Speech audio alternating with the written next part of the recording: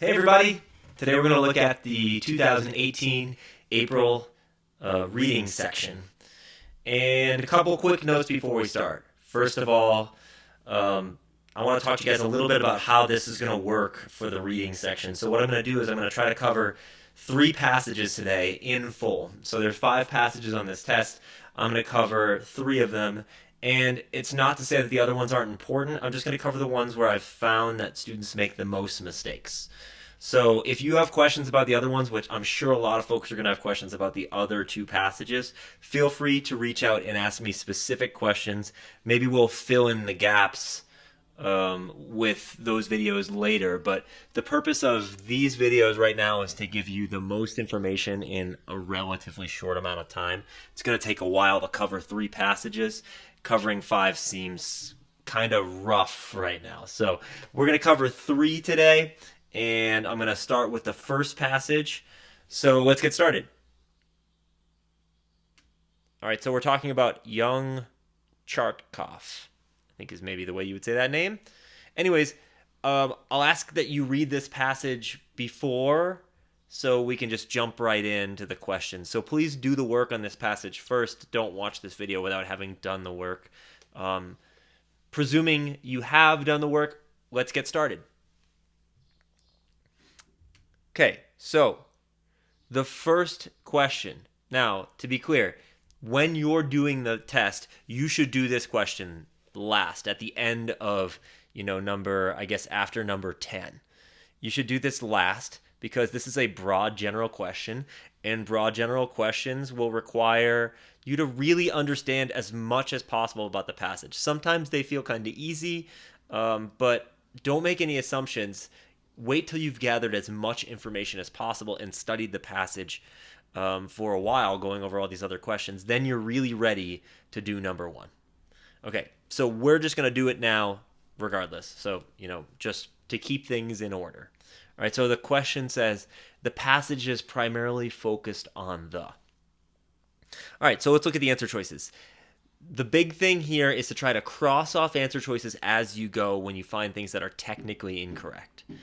Be willing to leave answers on that are just basic and not great, like not that appealing, but get rid of the answers that are just like clearly wrong based on something tangible. So, influence a professor had on one of his young students or one of his students. Sure, kind of. That's happening in this passage. There's the professor that certainly has a big sort of impact on young Chartkov. So we're gonna hold off on that. B says struggles of a young artist conflicted about his values, and that totally resonates. The descent of a character into hopelessness and madness, however, answer choice C, doesn't make a lot of sense. I would get rid of C right away. I'd be crossing that answer off, right? Because even though this guy struggles, we don't see him in the end like do anything so crazy. He's just sort of complaining. The personal life of a young painter in relation to his art is pretty close too. But see, there's a problem with A and D that I think you can notice that could help you pick B. B is extremely broad.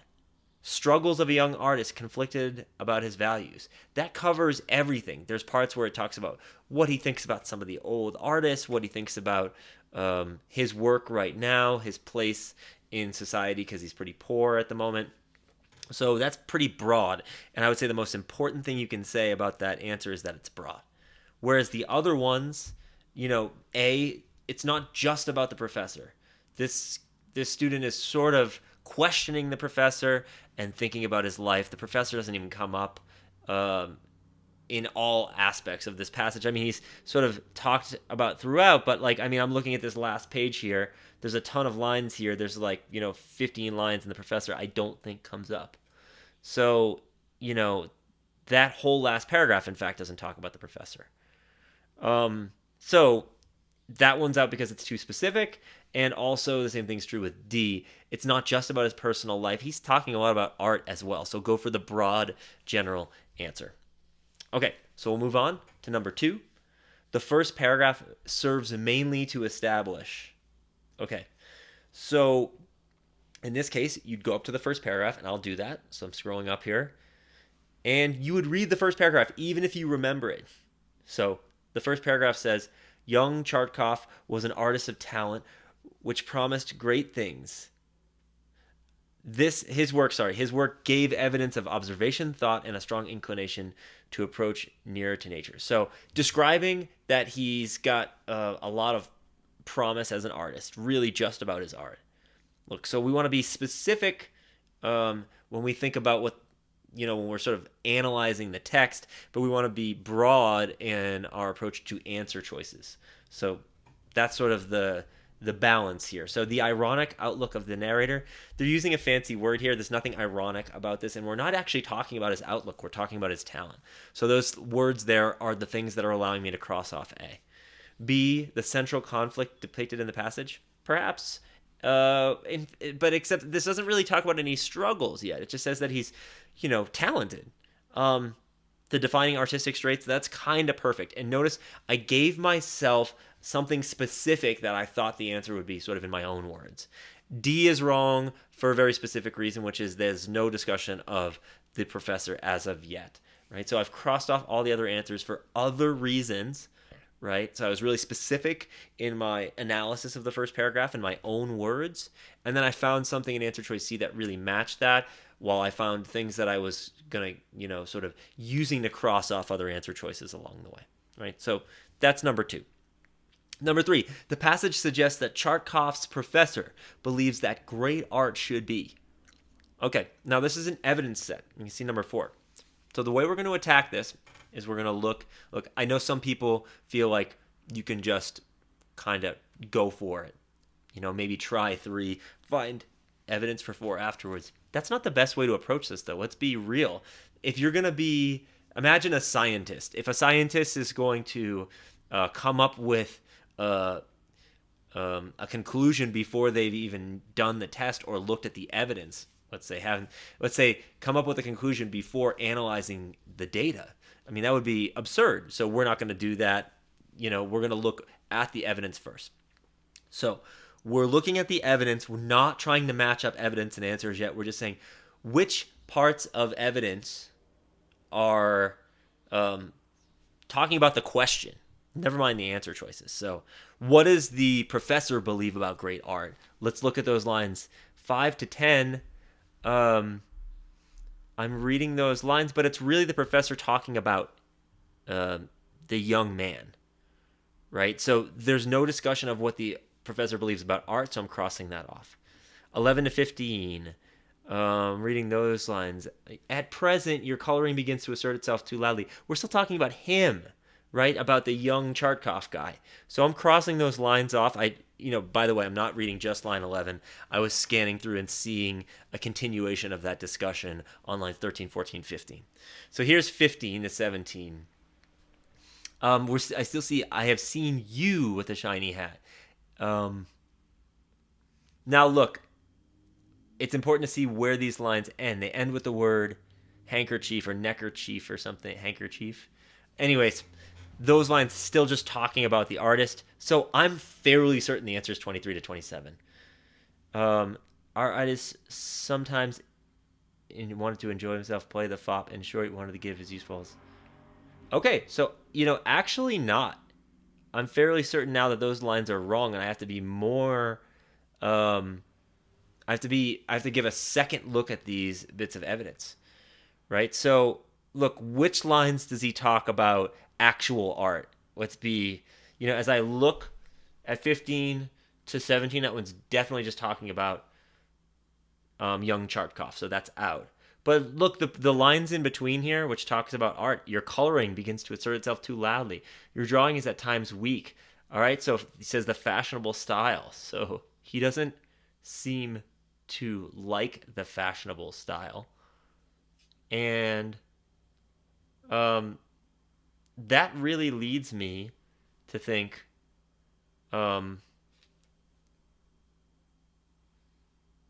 it leads me to think that those lines are the right lines, right? So let's do this. If we like those lines, the next move is to see if there's evidence that matches those lines. So at 11 to 15, the coloring begins to assert itself too loudly. The drawing is weak.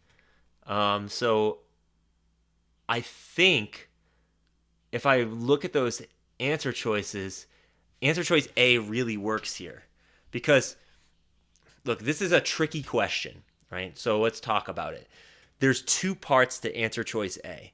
And because there's two parts there, I'm going to try to make sure that both pieces I'm sort of breaking that in two pieces, technically accomplished and not garish. And I'm going to deal with those individually in relation to the answer choices. The other really important thing here is the word suggests in the question. When you see an evidence question that uses the word suggest, the relationship between evidence and answer is actually going to be sort of like the word suggest works like imply or infer. So sometimes the way I describe this is if you wanted to say the sun is shining, you might say there are no clouds in the sky today, right? So that sort of relationship where you sort of say the other side of the coin. Technically, if there's no clouds in the sky today, then the sun must be shining if it's the daytime, right? So that's the relationship, and I see those things happening in lines 11 to 15. So technically accomplished matches with the part where it says your drawing is at times weak, right? So if this person's drawing is weak, and this is a warning this person is giving them, then it sounds like this guy thinks your drawing should be strong, technically accomplished. And then the coloring beginning to assert itself too loudly, that part on line 12, that's perfect for not garish. So that's a tough question because those lines have that sort of inverted relationship, which is what you expect when you see suggest, imply, infer, right? So when you work on a hard evidence question, ask yourself, are they using those words, suggest, imply, infer? There may be one other one we'll see as we go. Very tricky stuff on that question. I'm going to move on, but if you have any questions about number 4, please let's talk about it more because it is a difficult question, so feel free to email me or message me in any way, shape, or form. Number 5, we're asked about the word fashionable. What does it mean here? And look, it may feel like obvious what that word means, but it's not always the primary definition of the word. So if we look at those lines, there's maybe something that we can cross off right away, which is conventional. That one doesn't really work because fashionable is being used in each case sort of in contrast to the way that the professor would prefer that young Chartkov draws or paints. So conventional doesn't really work. Now, modern, stylish, and trendy are all in the ballpark. Notice that stylish and trendy are pretty close. And if you think about it, trendy is a negative word, right? Usually it has a negative connotation, right? As opposed to stylish, which usually means you look good. If you look trendy, it means you're trying too hard. If you look stylish, it means you look good and in the style. Right, so in this case, I believe the right answer is going to be trendy because it has a negative connotation. Right, so if I were you and I was working on this question, I would go back and I would put the word trendy in each of those places and make sure it works perfectly. Right, so I'll do that. 11, 14, 18. See to it that you do not become a trendy artist. Right, so that sounds negative and it works. And you would be able to do that in the other lines too. So let's keep moving here. Number 6. According to the passage, one point of disagreement between Chartkov and his professor concerns whether. So this is not, I was just checking to see if it's an evidence set. It is not. What I would be doing here is I would be using the lines above and below. That is, in number 5, we talk about lines 11, 14, and 18. So I think number 6, since it doesn't give me any lines to go off of, I think it's going to be after 11, 14, and 18, and it's probably going to be before line 50, which is, number 7. So it's probably in there. Sometimes questions like 7, which is sort of a words in context question, something like vocabulary, sometimes those aren't really good for lower or sort of, the final boundary. But I definitely think it's going to be after 11, 14, and 18. So, okay, let's go see if we can find that information. What we're looking for is a point of disagreement. Well, I see the lines, the professor was partly right on line 23. And then I see words like but. Um, well, let's see. He could control himself. Well, you know what? Let's do this. Let's go right to the answer choices. That would be the best move here. Let's see if some of these answer choices ring any bells. So, making money from selling paintings destroys artistic integrity. Fashionable artists are capable of making enough money from their art to support themselves. Look, I don't think that's going to be a disagreement. Let's get rid of that right away because I think both parties agree that fashionable artists are after money. So let's get rid of that. Answer choice C says 19th century painters have been able to expand on the insights of the old masters. I like that answer because I'm not saying it's right yet, but what I like about it is I can find that language. So if I'm looking back in the passage, I'm looking for something like 19th century or in the last 100 years, because I think when this was written, I guess this was written in 1835, so it could be current artists for 19th century. Last answer, non-professional painters are capable of producing serious artworks. Okay, so look, when you go back through, I didn't see anything about like the artist controlling himself in any of those answers, so I'm going to move past those lines. Okay, I do see capitalized names. Raphael, Guido, I think. Flemish masters. Titian, I think, is how you say that guy's name on line 33. Check it out. Did not agree. Line 37. He did not agree with the professor that the secrets of the old masters are irredeemably lost. It seemed into the 19th century had improved upon them considerably.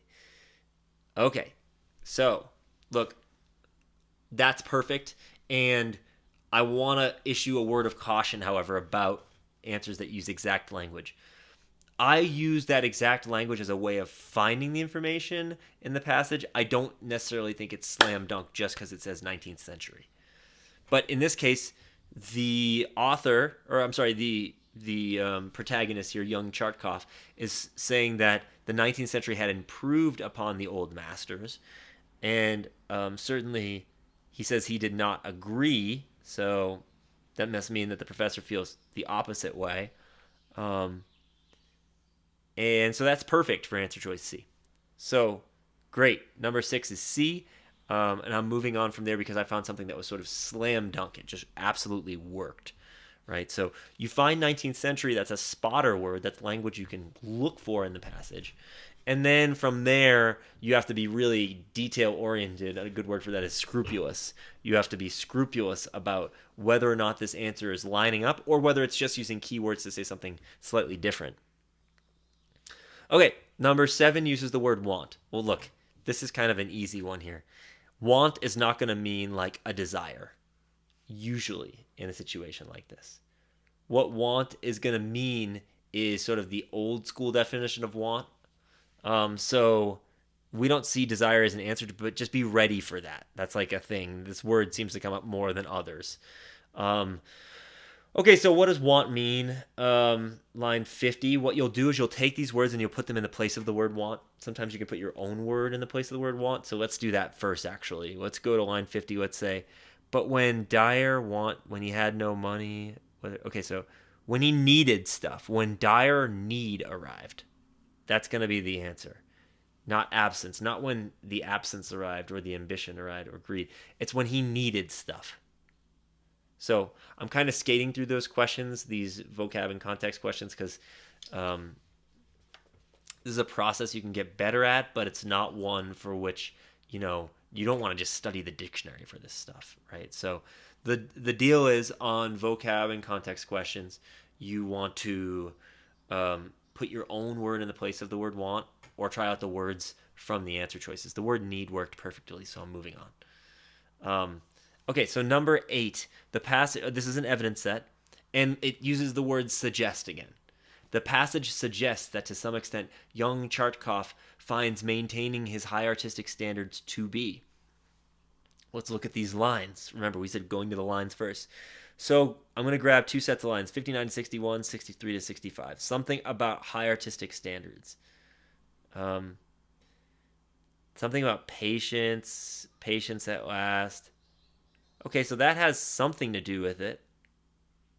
I can't cross those off, but I'll move on. 63 to 65. 63 to 65 seems to be out. If I bring myself to sell all my pictures, I wouldn't make any money. That doesn't have to do with maintaining high standards. The patience thing kind of does. We're going to keep going here. I'm crossing off 63 to 65, right? So now next C is 69 to 71, or I'm 69 to 70. Who will buy not knowing my name? That doesn't have anything to do with high artistic standards. That's about, people buying his work. 74 to 77. Let's see. Why do I worry and toil like a learner when I might shine as brightly as the rest and have money too? Okay, that's somewhat close. Let's look at the answer choices now. So either this thing about like, why do I toil like a learner?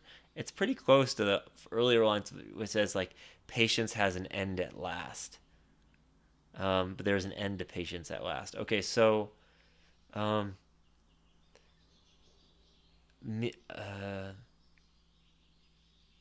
look, A doesn't make sense. His high artistic standards are not how he's going to get short-lived fame. It's the opposite. His high standards are keeping him from doing the fashionable thing.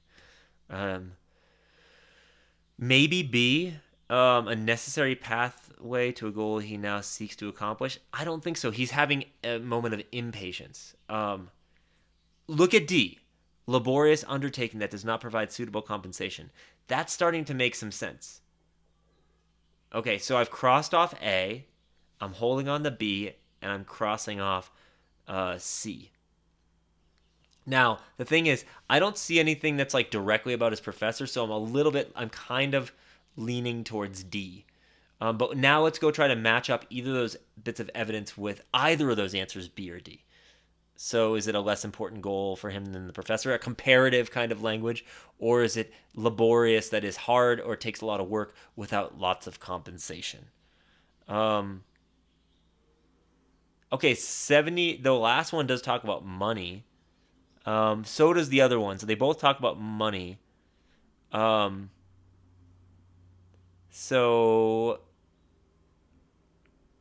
this discussion about money is in both of them.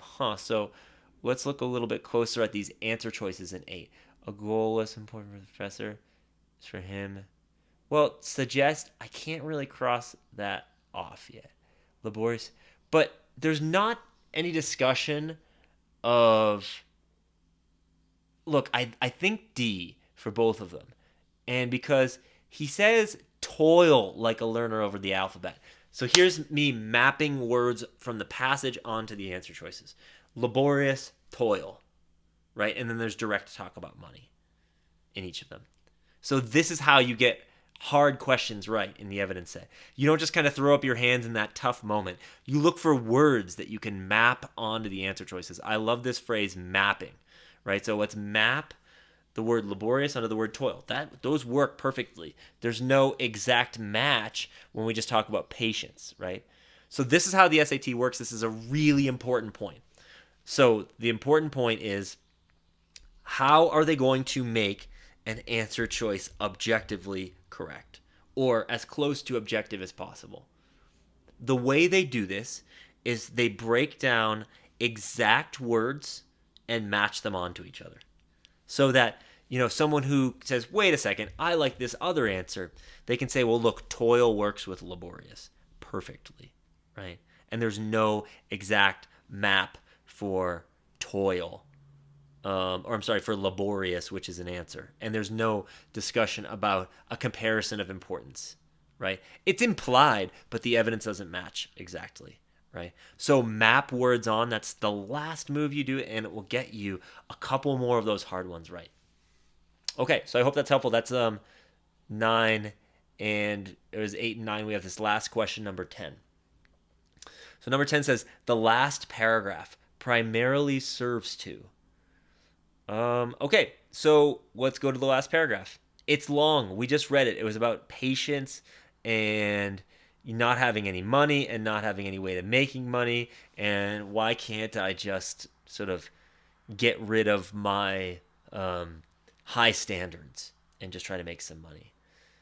So let's see. suggest contradictions in Charkov's argument. I don't think they're. I don't know. It's more him giving his side of the argument. And it's not really. I mean, it's to say he's being a hypocrite. He's just a frustrated person. He's trying to figure it out. He's confused. Look, I said frustrated now. C says frustrations. It doesn't really look. D is close. The reason people are going to go with D is because they do talk about the subject matter to some of his paintings, but that's not the purpose. The purpose is to discuss his frustrations, right? So you can see in these questions that don't exactly work with like line numbers or vocabulary, oftentimes what I do is I answer for myself, and then I go looking for answer choices. So that way I'm not sort of swayed by what I already see on the page. So that's number 10. Hopefully that's helpful. Feel free to ask me any other questions, but for now we're going to move on to another passage. And I'm going to jump past this. I'm going to start this old passage because I think the old ones are pretty hard. This is this dual passage about Frederick Douglass and Richard Dana, questions 31 to 41. So again, I'm going to ask you to do the reading on your own. We're certainly going to talk about the language quite a bit, but do the initial work on your own, and then let's start with these questions. So assuming you've already completed the questions, let's jump in to number 31. Okay, so in passage 1, it says, Douglass characterizes Banks' labor policy in Louisiana as. Okay. So we would look for labor policy in Louisiana. We'd look for Banks. I'm looking for capital B Banks. Yeah. I mean, look, it says at the very beginning, first of all, you should always read the introduction. The way you would do this stuff is you read the introduction, you skim the passages. You'll see videos about that forthcoming. You may have already seen them. But suffice to say, jumping right in, like we are talking about this labor policy is sort of introduced in the information above passage 1. So we know we're talking about that. And the first lines say Banks's policy is a chief danger at the present moment. So as I look through these answer choices, really none of those match.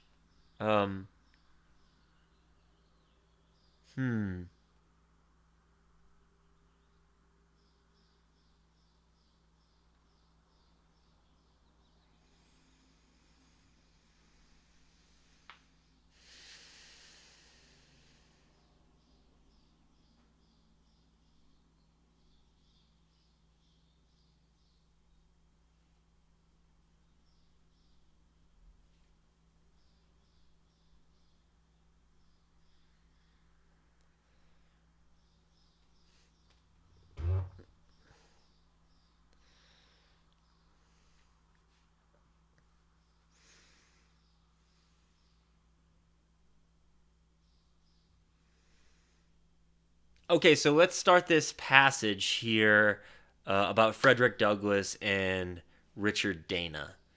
So you should always read the introduction. You should always skim the passage 1 and then do questions that deal with passage 1, then skim passage 2, do questions that deal with passage 2, then do the questions that ask about both passages together. So that's the order of things, because don't bite off more than you can chew. Only deal with small amounts of information at a time if you can, right? So we'll jump right in, though, with number 31. Douglass characterizes Banks' labor policy in Louisiana. Okay, so we're looking for capital B Banks in passage 1. It's right at the beginning. I hold that Banks' policy is our chief danger at the present moment. It practically enslaves the Negro and makes the Emancipation Proclamation of 1863 a mockery and a delusion. Let's just jump in with that information. There's nothing about Banks being opposed to slavery. Okay, making a mockery of the Emancipation Proclamation, that works exactly with B, contrary to the purpose of the abolition of slavery.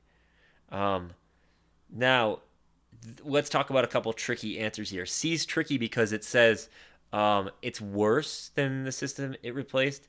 He doesn't say it's worse. He says it's just as bad. He says a little bit later on, he is a slave. It is absolute slavery. It defeats the beneficent intention of the government.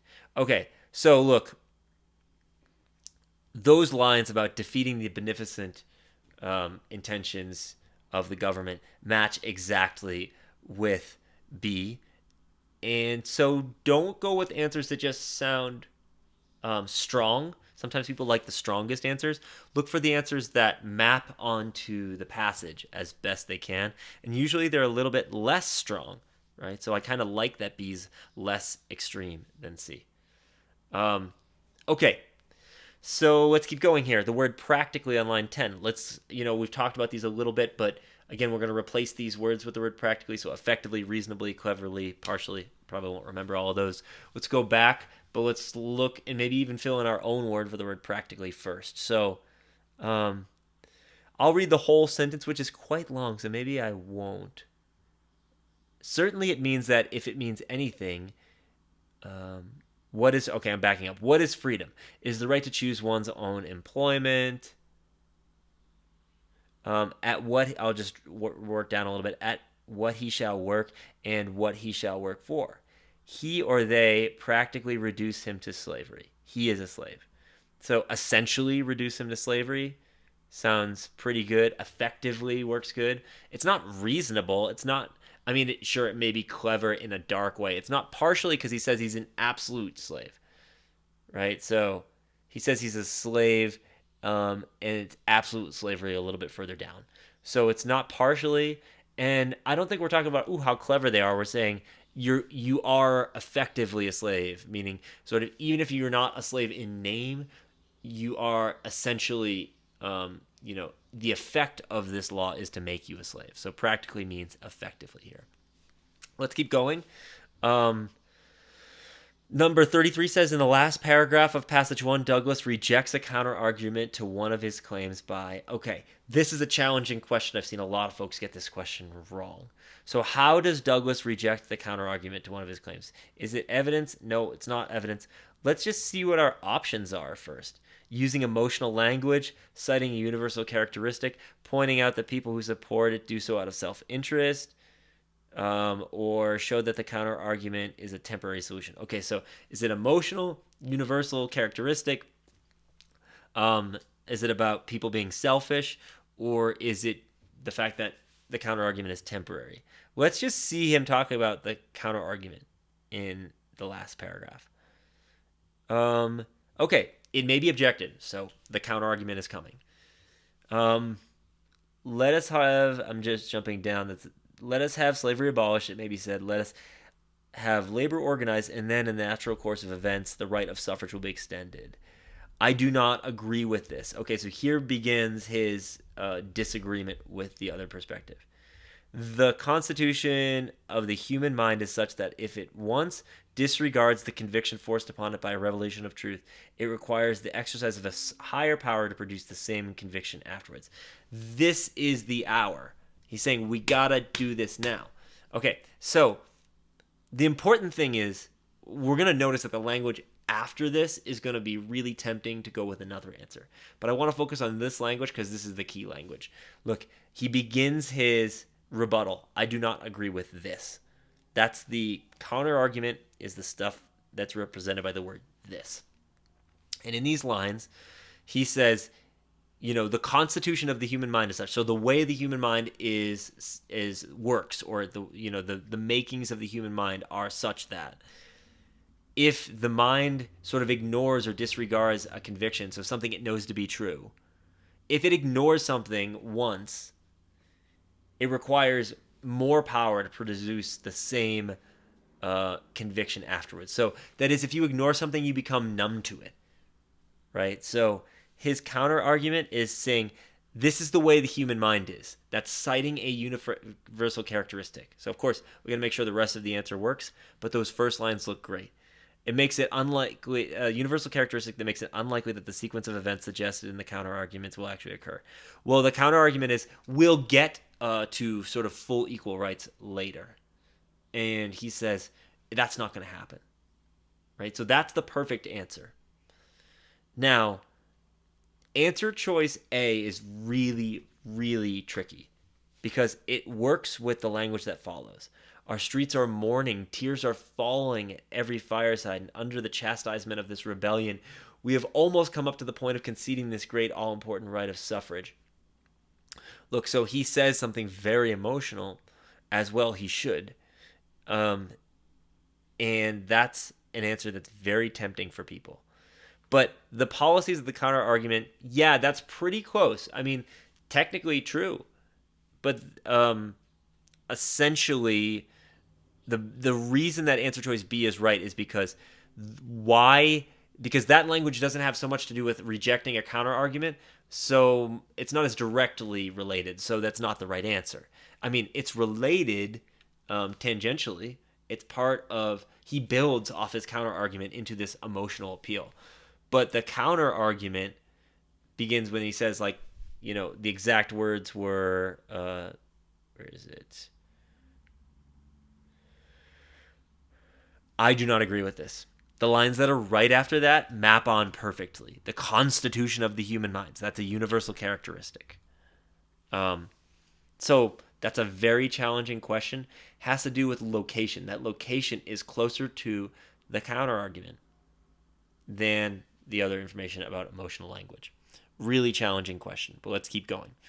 Number 34 on line 46 is the word disposition. What does it mean? So let's go fill in our own word on line 46. Look, this was this whole thing we just talked about. If we don't do it now, it says, I fear that if we fail to do it now, we may not see for centuries to come the same disposition. So the same sort of like feeling, because people are going to get numb to this feeling, right? So the same attitude, feeling. That's the perfect word. That's the best way to do this. Of course, be very careful getting rid of answer choices as well, right? I'm going to keep moving, however. So number 35, the main contrast Dana draws between slavery and antiquity and slavery in the United States is that in antiquity. This is not evidence, even though 36 is about evidence, it's a separate question. So the main contrast he draws between slavery and antiquity and the United States. Let's go find some language where it talks about contrasting those two. Ancient times, line 50. In ancient times, when the slaves were of the same race with their masters, if they were, I'm jumping down to the end of the long dash here. If they were emancipated, nature would come to their aid and they would reach an equality with their masters. Then I see the word but. So this is important. But, my friends, this is a slavery of race. So he's saying this is about race. Okay, so answer choice B. Slavery in antiquity was not based on race, and thus former slaves could achieve equality. Perfect. If any other... okay, so this is tricky. C looks like it's talking about race too. The other ones are not talking about race. So the difference between B and C is interesting. So we read most of B, but the end says race-based slavery leads people to believe former slaves were inferior. And whereas C says sometimes it was about race, but I don't think we see that sometimes in the ancient world, according to this passage. I don't know this to be true. Different. Yeah, so look, the rest of that paragraph is talking about sort of the belief by people in the South that sort of slavery had trained them to believe horrible things, right? So that's answer choice B. That's why that's the best answer. So notice crossing answers off, looking for more specific information. Okay, so which choice provides the best evidence that Dana believes that the conditions of Southern black men must be improved quickly to avoid negative long-term consequences? Looking at these lines, looking for something about quickly and long-term consequences. 56 to 59. I I don't see anything about quick on those lines. So I'm going to move on. So notice I'm looking for something small that I can map on to the evidence from the answer or from the question. I don't see that on the second set either. So I was just looking at, sorry to scroll so much. So 68 to 70. Let's go to those lines. I don't see anything about speed. So I'm going to keep going here. 70 to 72.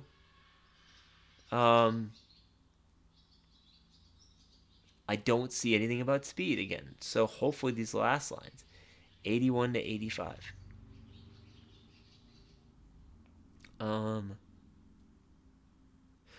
It's got to be decided pretty soon, which you will have. I see that on line 81. Perfect. Going with those lines based solely on that because nothing else talked about speed. Now let's just map 81 to 85 onto one of the answer choices. So let's read those lines. It's got to be decided pretty soon, which you will have. The cornerstone of those institutions will not be slavery in name, but their institutions will be built upon the mudsills of a debased Negro population. Is that public safety? Is that so? What this guy is saying is, if you don't do it soon, your institutions are going to be built on a really messed up, terrible foundation, right? So let's see an answer. Oh gosh, that's it. Of course. I thought I was looking for an evidence. My apologies. That answer works with this pretty soon. We mapped essentially the answer lines 81 to 85 onto the question 36. Okay, moving on. Number 37 asks about the word fired on line 60. I ask you, has the Southern Heart been fired for 30 years for nothing? So sort of probably passionate. Propelled, illuminated. It's not dismissed. It's so the 30 years. I think maybe we're talking about here. I think roused is gonna work. Let's check carefully. But roused sort of means sort of riled up, right? I guess I don't get why it's just 30 years.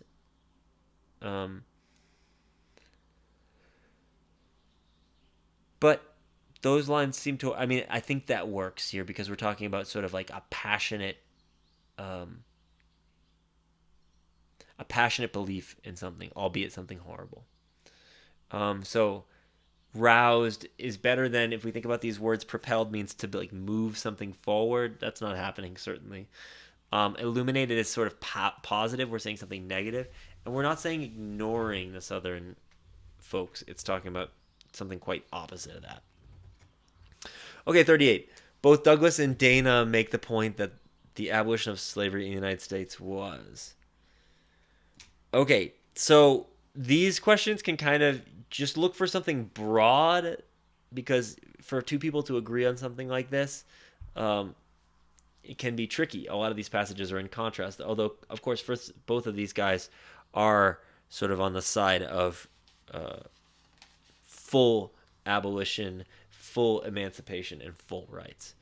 The United States was, let's see. Okay, so let's get rid of A, because Frederick Douglass is a passionate believer in abolition, and he's not just going to say, oh, it's important to get rid of other civil conflicts. Look at B. B really works for Douglass. Douglass is saying it wasn't enough. Abolition didn't undermine Banks's labor policies because those were after abolition.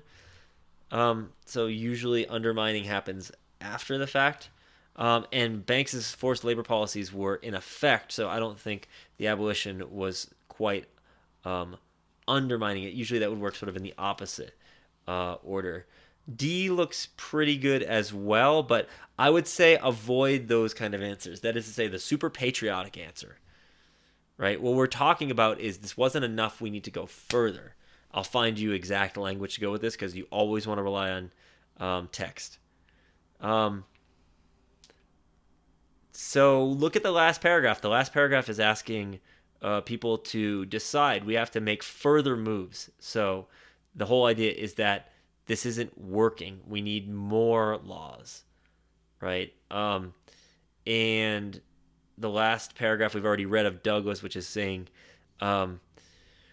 this guy really, really wants these rights to happen now, right? So they're both urging for change and further legislation to help these folks who have been mistreated, to put it very, very lightly. So the best answer is definitely B because it's the most direct to the passages. So I see a lot of answers like D that are like, America is fantastic. If it looks like, and I love our country, but I mean to say, the answer choices that have that sentiment, that sort of sound like Civics 101, yay for the US of A.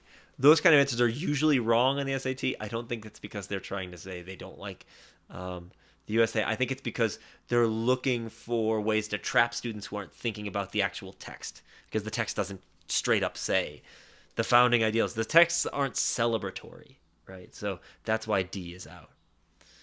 Okay, so 39 asks, based on the passages, Douglas and Dana differ in their views on the effect of the Civil War, and in that Douglas believes that the war. Okay, this is not evidence either. Well,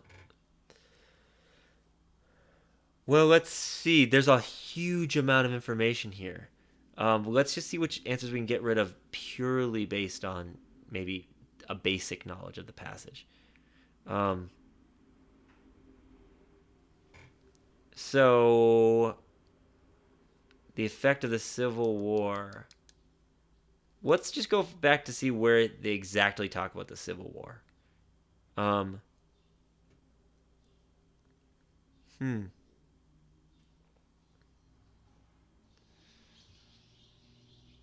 reading.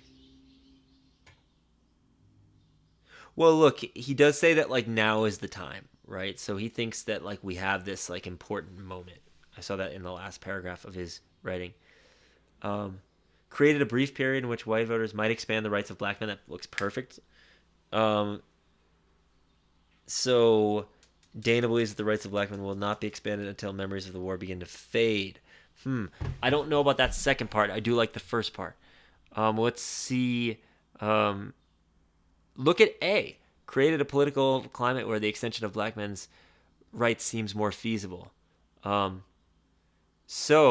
I get the thing about 30 years before. It must have had to do with maybe the war, right? So that idea of firing the Southern Hearts, I think that's what we're talking about. I really like A.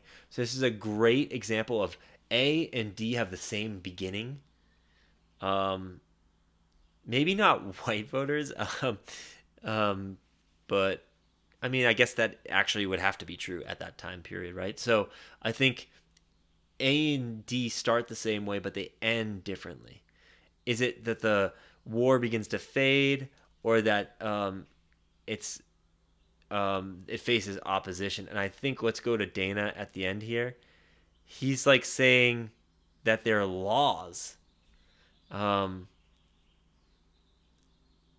Right? So he's saying we need to sort of step in as a federal government.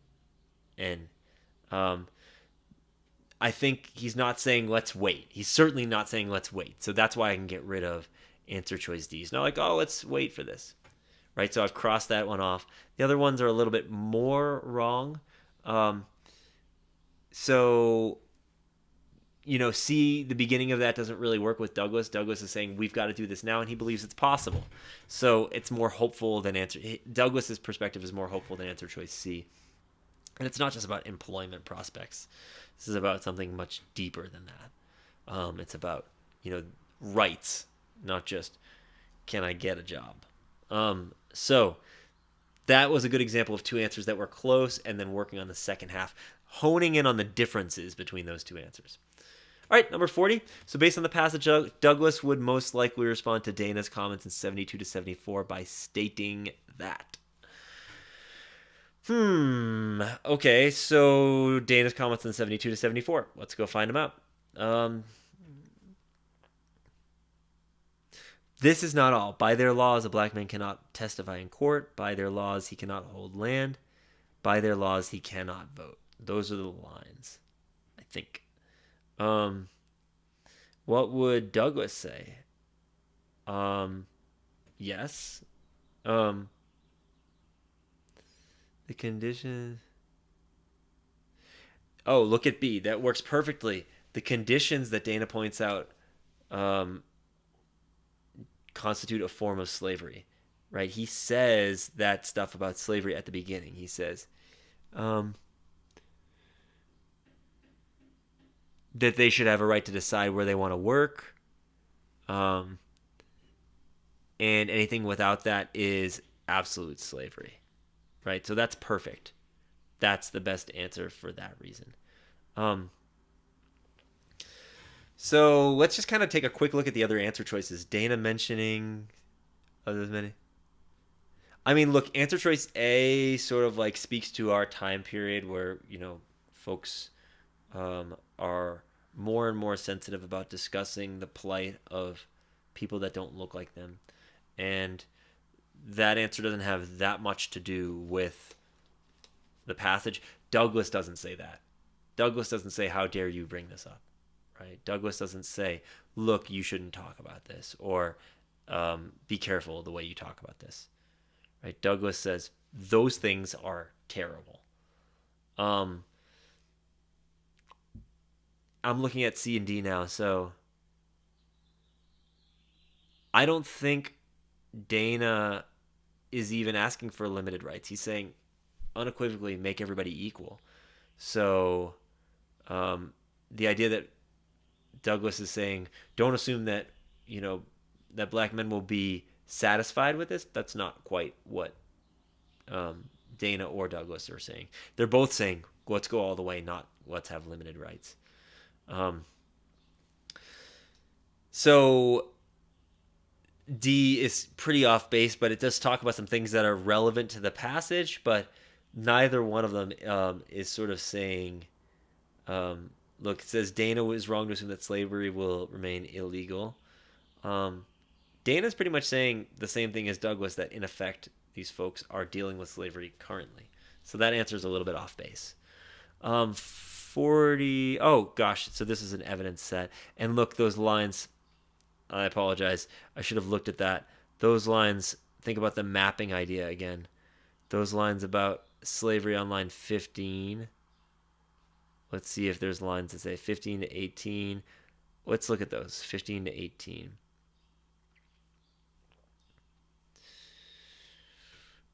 It defeats the benefit. Ooh, I don't know if those are right.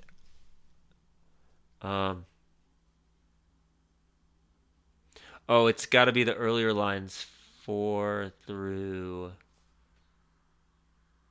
No, that can't be right either. Interesting. Neither of those lines worked perfectly, so I'm going to keep going here.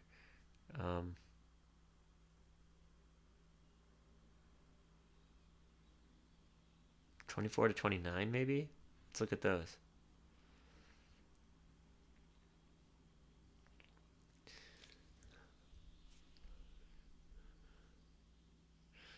Without this, his liberty is mockery. Without this, you might as well almost retain the old name of slavery for his condition. In fact, if he is not the slave of the individual master, he is a slave of society. Okay, so those lines 24 through 29. Without these, this person is a slave to society. It's a form of slavery, so that is still perfect. So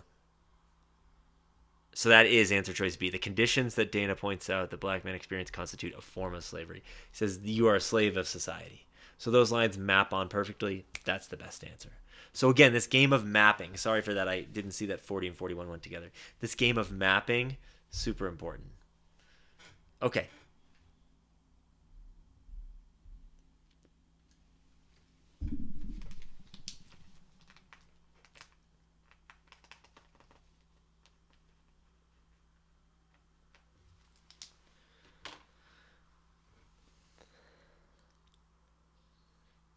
look at number 40. And 40 is part of an evidence set. 40 and 41 go together. So we're going to play this game again where we read the question of 40 and then match it with the answers to 41. So, and then we'll go back to the answers for 40. So that is matching evidence with question and then looking at the answer choices. So Douglas would most likely respond to Dana's comment in line 72 to 74. What are those comments? I guess let's figure that out first. 72 to 74. By their laws, a black man cannot testify in court. By their laws, he cannot hold land. By their laws, he cannot vote. Okay, so something about those laws. Let's find the lines where he talks about those laws. 1 to 4 and 15 to 18. Let's check those out. We're looking for those laws. The laws of the South, that is, specifically. And I don't see that. Maybe the policy on lines 1 to 4, but it's not directly talking about that. Now the lines 15 through 17, 18 there. The beneficent intentions of the government. Okay, this isn't about, sure, government and laws, but we're talking about the laws of like the southern states. These laws are the problem. So those lines don't really work. And we're asking, what does he think about these laws about not being able to own land? And what are these other ones? Not vote, not testify in court. We're looking for something more specific than what we've seen so far in these answer choices. So now we have 22 to 24 and 24 to 29. I like when those evidence sets are right next to each other. There's a slightly better chance that one of those is right. Because it means that, like, you know, maybe they could get somebody to pick one instead of the other because they're, you know, fairly tempting. So I like when those lines are together. 22 to 24, however, doesn't talk about this. Now, look, his 24 through a few lines down there, that looks perfect. His liberty is a mock. Without this, his liberty is a mockery. Without this, you might as well retain the old name of slavery for his condition. So without this, without unconditional and universal enfranchisement, that would mean the ability to vote, right? So these lines work perfectly, and I think 2224 is tempting because that uses the word enfranchisement, but it doesn't say what Douglas thinks, right? It says or what Douglas thinks about the lack of those rights. It just says, I'm looking for immediate, unconditional, universal enfranchisement. The next lines actually say, what would Douglas think about the problem? Let's go to the exact lines of the question. This was, how would Douglas respond? So he would say, you're not free if you can't hold land and you can't vote. So those lines that say, sorry, let me find it again. Those lines that say, without this, his liberty is a mockery. Without this, you might as well retain the old name of slavery. So those work perfectly. Those are the lines. Those actually talk about the question, 24 to 29, and they constitute a form of slavery. Answer choice B. Right? So that's the game we're playing here, looking for stuff that maps on. There's a lot going on in evidence sets. You want to rely on mapping, using words that will help you link ideas together. So there's 40 and 41.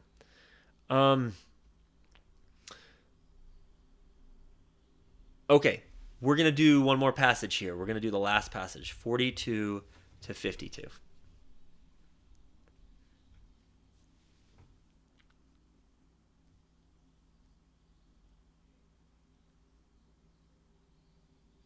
Hey, babe. When do I pick that up? When do I pick that stuff up?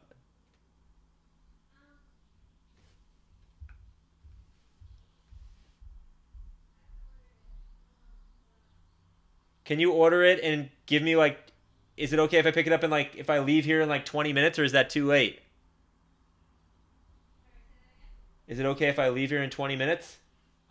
You can actually, I can, so online I just put in your information. You can pick it up at like 6:45 if you want, or earlier. What's a good time for you? Um, I'll be done here in like 15 minutes. Okay. Do you want to come for a run or anything with me?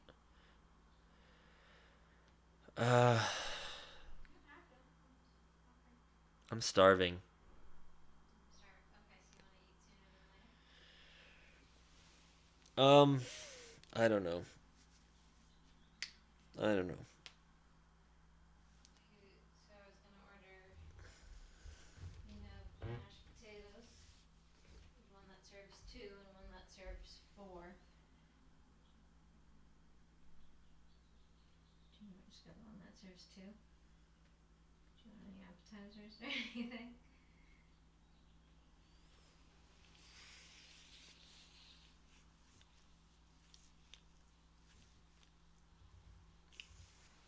I don't know.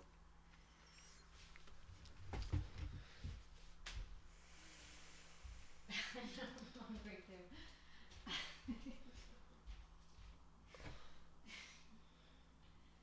We're not gonna eat for a while, anyways, right? We have to fucking cook it. We have to cook short ribs. So do you want to pick it up at like 6? Or sooner?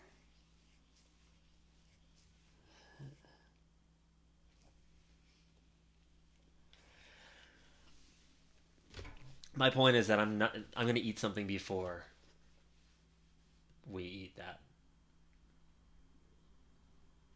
So you can wait for later if you're down.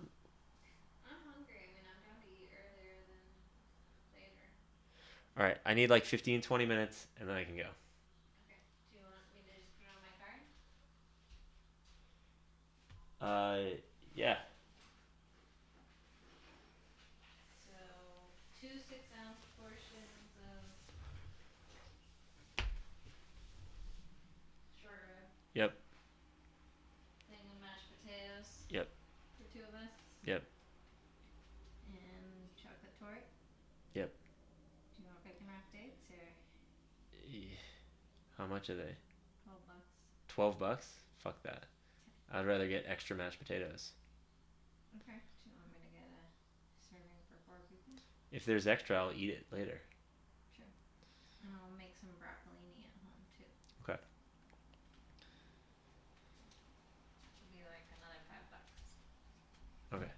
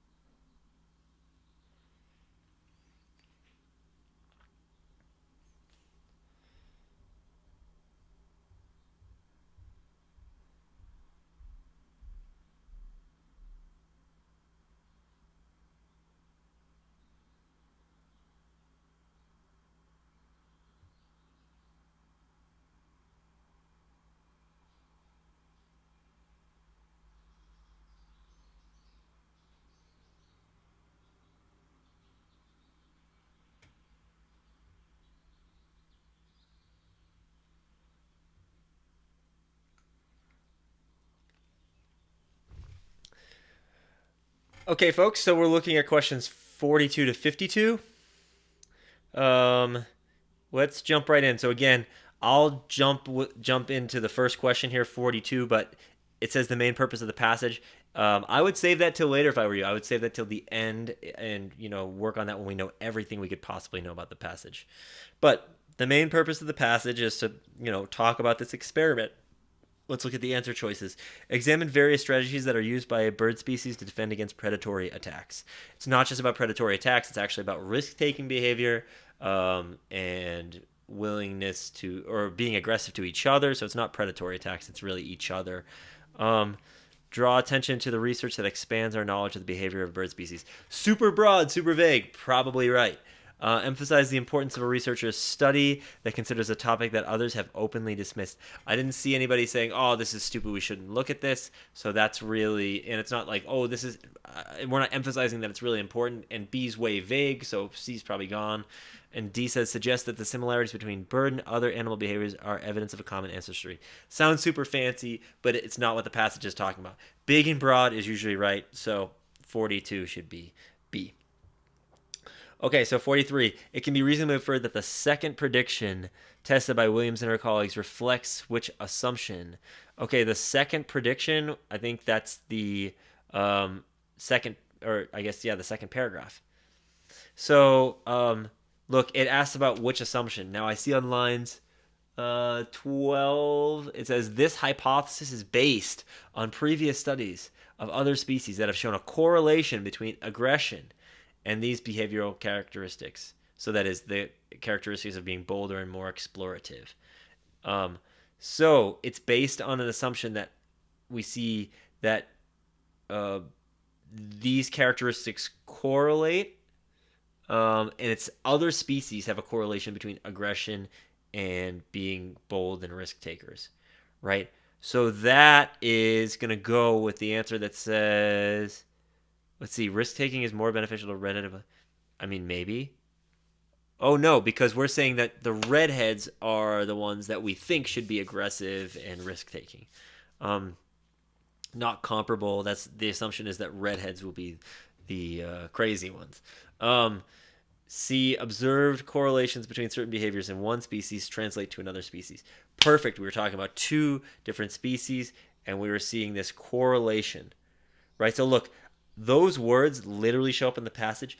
Be very strict about picking those. If you're picking it, it better say exactly what you want, and they're not just giving you some sort of fancy word salad.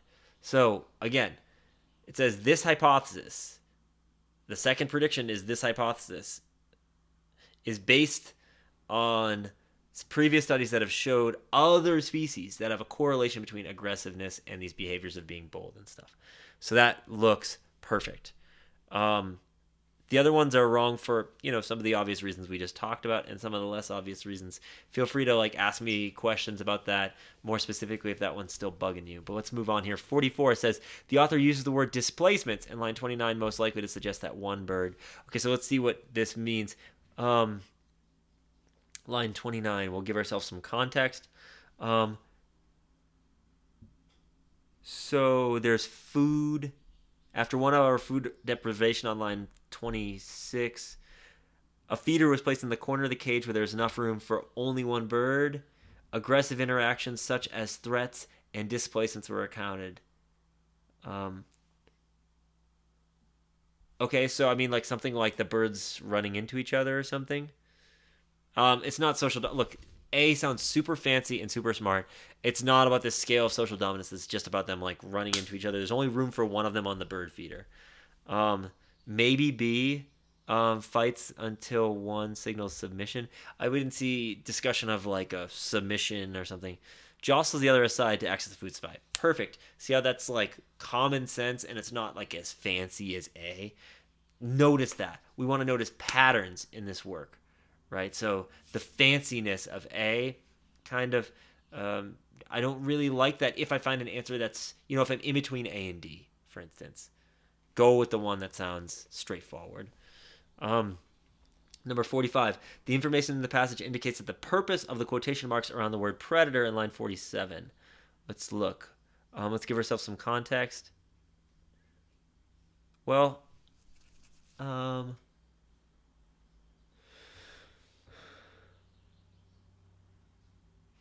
Okay, so we're talking about the results of a study. Huh. I don't know yet. Let's look at the answer choices. That would be the next place I go if I don't know where to go next. Um, is the predator not dangerous? That's A. Is it actually a simulation? Okay, that would be interesting.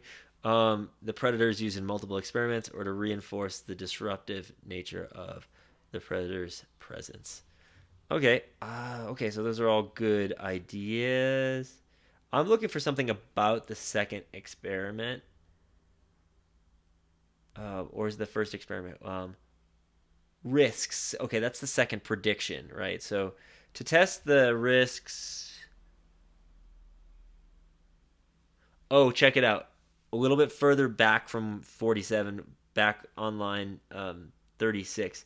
After the birds had calmly begun to feed, a silhouette of an avian predator was moved up and down in front of the cage to scare the birds. So it's like they're pretending like it's a bird, right? So it's in a cage. There's not actually a bird there to scare them. There's not actually a predator there. So for that reason, we now know what the right answer is. It's a simulated predator, right? So context mattered there. Look, that was a good example of I didn't know where to. I read those lines around 47, didn't have an exact answer, and then I found stuff in my answer choices that helped me. I was just searching for stuff to do with those answer choices. I would have never got that idea of a simulation unless I had read it in an answer and then gone looking for it. Okay, 46, which is an evidence set, reasonably inferred. Now, we've seen this language on previous questions in this test. Reasonably inferred. That's like indicate, imply, suggest, those kind of words, right? So it would be atypical for an individual red-headed finch to do what? Okay, let's look about something about an individual red-headed finch or what's typical in these lines. 55 to 57, 61 to 63. 55 to 57 does not talk about typical behavior. So that one is probably out. 61 to 63. The difference is not as striking as with previous experience was statistically significant. I don't know if that's going to work. It doesn't say anything that specific. 64 to 67. These experiments were repeated and showed that different birds differed in their responses, but the responses of individual birds were consistent over time. That's a confusing phrase, but I think what they're saying is, not all redheads do the same thing, not all black-headed birds do the same thing, but the responses of individual birds were consistent over time. All right, so that looks pretty good. Let's match an answer with that. It would be atypical for a red-headed finch to do one thing and then change its behavior. So A says it's doing the same thing twice, relatively slowly, and resume just as slowly the next time. Okay, B, approach novel objects without hesitation and then entirely avoid them. Those are different. C talks about something happening consistently, and D says do the same thing after 2 weeks. So it's got to be the answer that says something about inconsistency, which is B, right? That's a good example of how evidence sets work. You're looking for something about atypical behavior for an individual red-headed finch, and really that word individual, I saw that in the text, and that was really the key. Okay, cool. So we are on 48 now. Based on the passage, which choice reflects behaviors unlikely to be exhibited by an individual finch? Okay, we have evidence sets, and look, usually this is going to be after the previous question. So the previous question had, where was that evidence? Was that 69 to 71?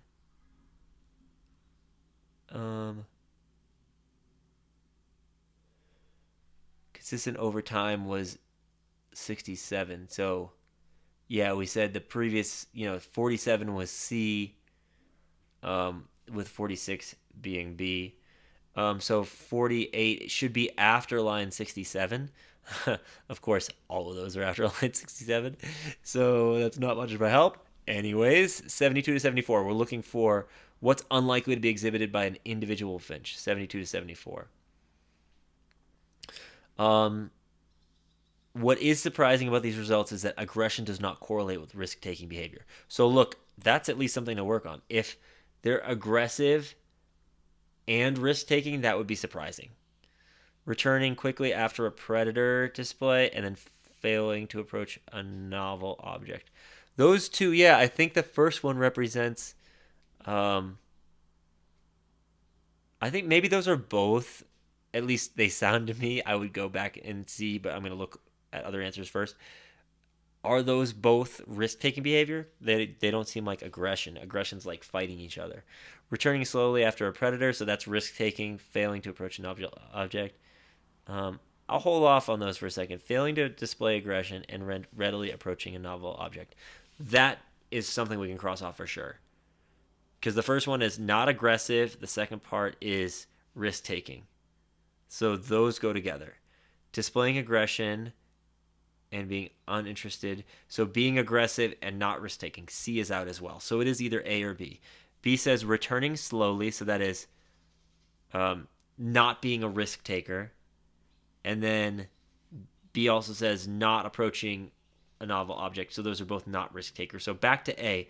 Returning quickly to a feeder is risk-taking. And then failing to approach a novel object is not risk-taking. So that's going to be the right answer. And that was interesting. 72 to 74 were the right lines, and I felt so strongly about that I could move on. So, I mean,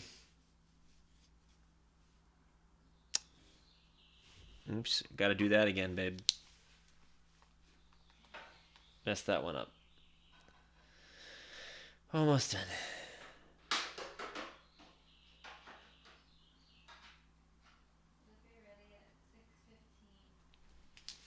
Cool.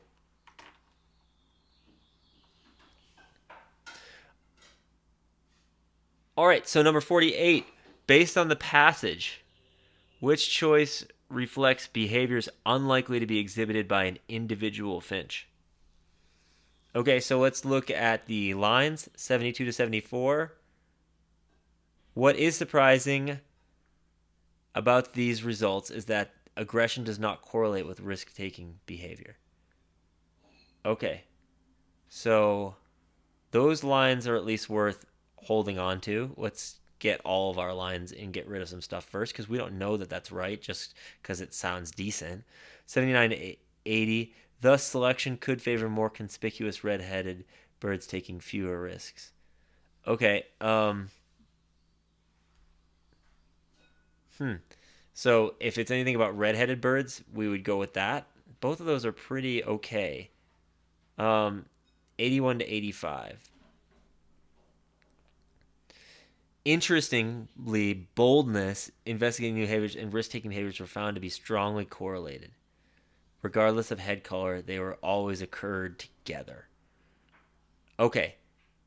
That one's the most definitive so far. I'm going to look at 90 to 94. This makes sense when you consider the high risk of predation faced by red-headed birds. They take too many risks and the need for black-headed birds to find food. Okay, so there's a couple lines that have talked specifically about like what red-headed or black-headed birds would do, and then there was a couple lines that talked about, general behavior. So look, as I look at the answer choices, there's nothing specific about red-headed and black-headed, so I'm going to cross those answers off. I think that means that we're in between A for 49 and C, which kind of talked about the same thing. Let's look at them again. So 72 to 74. What is surprising about these results is that aggression does not correlate with risk-taking behavior. So aggression and risk-taking don't go together. And then the other lines were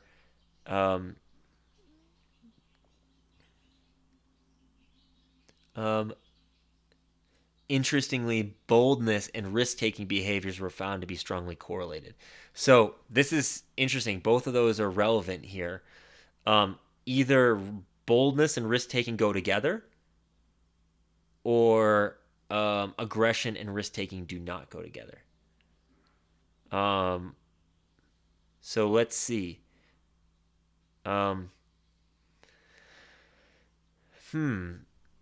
Okay, so A says returning quickly to feeding, that's risk taking, and then failing to approach a novel object is not risk taking. So those probably. Well, okay. I guess we need to figure out which each of these things mean, right? So, I mean, in the first prediction, which the first prediction is that redheads will be more aggressive. Okay, so the bird feeder thing about fighting is the aggressive thing. The silhouette of an avian predator is the risk taking thing, and so is the novel object is risk taking, or that's explorative behavior. They say, right? So this answer, this question, returning quickly to feeding. So we said that's risk taking, and then novel object is explorative. So if that's right, I mean that is unlikely, right? Those two things go together. So that really makes sense with the lines that say boldness, investigating novel objects, and risk taking go together. So that's probably the best answer. Um, as we move on here, B says returning slowly to a feeder. So again, that's not being a risk taker and then not approaching a novel object, those go together, right? So cross off B. Failing to display aggression, okay, and then readily approaching a new object. Those, if you're aggressive, if you're not aggressive, you would be, yeah, so C makes some sense. Displaying aggression and being uninterested in exploring new surroundings. That also makes sense. Failing to display an aggression. So that's um, and readily approaching a novel object. So those things did not correlate, right? Um, so displaying aggression. Look, I think that C and D are saying the same thing. They're like the reverse of each other. Failing to be aggressive, so not aggressive and explorative, and then D is saying aggressive and not explorative. So those are saying the same thing. So I'm not kind of falling for that. It's going to be um, there's no way like one of those is right and one is wrong, which is an important point. If you can cross two answers off because they sort of would imply that the other one is right.